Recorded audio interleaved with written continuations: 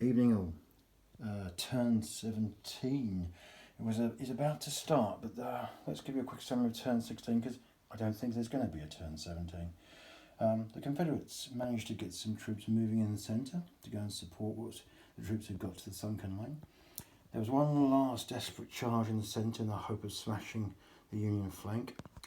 The Union rolled 10 on their defensive fire and stopped that cold. In fact, the Union rolled some fantastic defensive fire all the way through turn 16. 3 10s were rolled.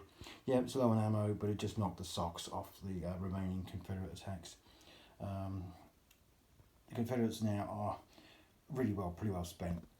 They're probably going to deploy their guns and their infantry in a line, running from probably just where that top of that column is now, riding across through the sunken lane.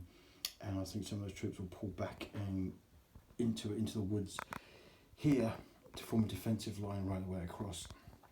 The Union in their turn, well, because they got the -2 on their manoeuvres because they've lost so many troops, they couldn't be that aggressive, so they were a bit cautious. They've pulled back away from the Confederate lines. They've started to set up a new line along this road using the wood probably as cover. They'll step back into that next turn, and they'll wheel and face that all along there. So I think the game's basically come to a natural end. The Union, with their -2 on the manoeuvres, they're going to struggle to go forward.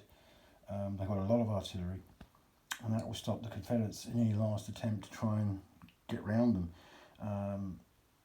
The Confederates could try and swing their troops in one last counter on a flank, but the Union have still got enough troops, and they're big enough troops to actually then threaten the Confederate flank.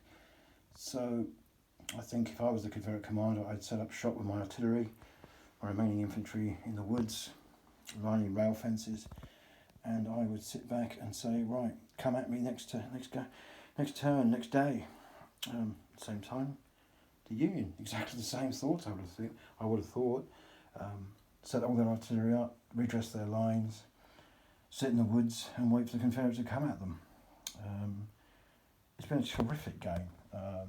Quite astonishing how much it changed, turn by turn. Just when I thought the game was decided in the Confederates' favour, they got absolutely murdered. When I thought the Union were in trouble, they got hammered. No one seemed to get the breakthrough run of dice they needed at any point. The Union did better than I thought they would. I really thought they would. It was all over for them very quickly after the game started. But it's interesting. You are taken in by the distances here. This is only a 6-foot table, but the Confederates moving in lines across broken ground is very difficult.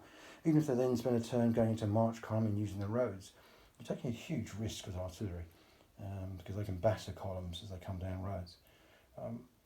Terrific scenario. Wasn't what I was expecting, but Rich has done a superb job on this one, and I recommend you all to please have a look at the scenario. And if you haven't tried Fire and Fury, I do recommend it to you all. It's a cracking game, and somehow or another the D10 seem to add something to it which I've not found in any other game. I know other people hate it, the massive differences between rolling a 1 and a 10, but actually I love it, and it all seems to come out in the wash at the end of a game. Thank you all for watching. I hope you've enjoyed these these reports, and I'm now thinking about the next game. What should I play? Maybe American Civil War, might be Napoleonics. Take care everybody, stay safe.